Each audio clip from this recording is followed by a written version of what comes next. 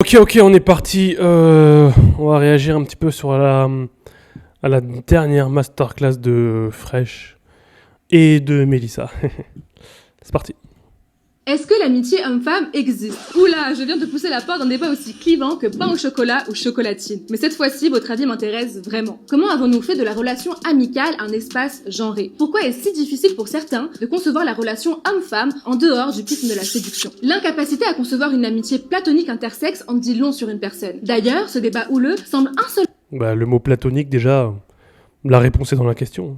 insolvable uniquement chez les hétéros. Personnellement, en tant que femme qui aime les hommes, je n'y crois plus. Les seuls véritables amis hommes que j'ai réussi à conserver sont LGBT. Si on regarde en arrière, dans les récits culturels, l'amitié a longtemps été exclusivement masculine. Les idéotypes de l'amitié étaient uniquement des duos d'acolytes virils s'entraidant dans des épopées mythiques. Aujourd'hui encore, les femmes, et à plus forte raison les duos féminins, peinent à trouver leur place dans notre imaginaire collectif. C'est faux. À Hollywood, les femmes ne représentent qu'environ 30% des personnages parlants, et parmi elles, plus de la moitié n'existe que pour faire avancer l'histoire d'un homme. C'est faux. Que ce soit à l'écran ou dans la vie, la femme est souvent cantonnée à un scénario romantique en attente de son homme idéal. Et aussi pour construire sa propre vie aussi. Et on voit de plus en plus dans les scénarios des femmes qui sont personnages principaux dans des séries ou des films. Donc c'est faux. Bon, après, l'histoire des 30%, peut-être que c'est vrai à vérifier. L'amitié semble secondaire, reléguée derrière la quête amoureuse. Et même dans des séries C'est normal. entièrement consacrées à une bande de copines, les conversations tournent majoritairement autour des hommes. Quand Ça, c'est pas de notre faute.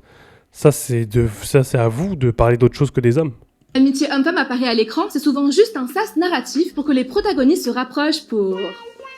Cet héritage découle d'une organisation sociale basée sur ce qu'Adrienne Rich appelait en 1980 l'hétérosexualité obligatoire. Elle explique que la société est structurée autour du modèle du couple marié, hétérosexuel et reproductif, ce qui impose l'idée que toute relation entre hommes et femmes doit nécessairement passer par la séduction, avec ses stéréotypes et ses hiérarchies. Et cette organisation sociale s'impose dès la maternelle. À 11 ans, seulement 27% des amitiés sont mixtes. Dans la cour, les filles sautent à la corde d'un côté et les garçons jouent au foot de l'autre. Oui, parce qu'ils ont envie de le faire, c'est tout.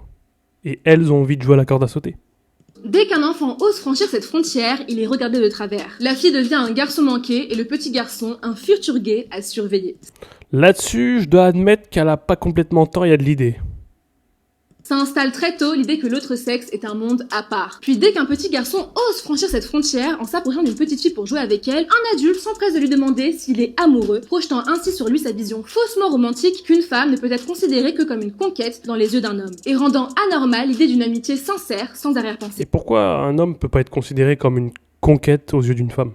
Beaucoup d'hommes développent ainsi une incapacité à ne pas considérer la femme au-delà du prisme de la séduction. S'ensuit une incapacité à ne pas sexualiser les femmes et je dirais même à les concevoir comme des humaines dignes d'intérêt et non pas comme des femelles à féconder. Mais Tu vas un peu loin là.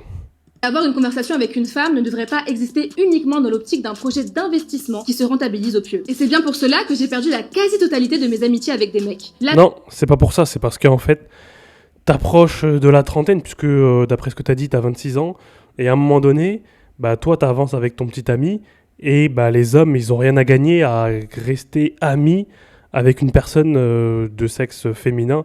Pourquoi ? Parce qu'ils ont un travail, parce qu'ils ont une vie, parce qu'ils ont une construction à faire. Eux-mêmes, ils ont des choses à faire dans leur vie, quoi.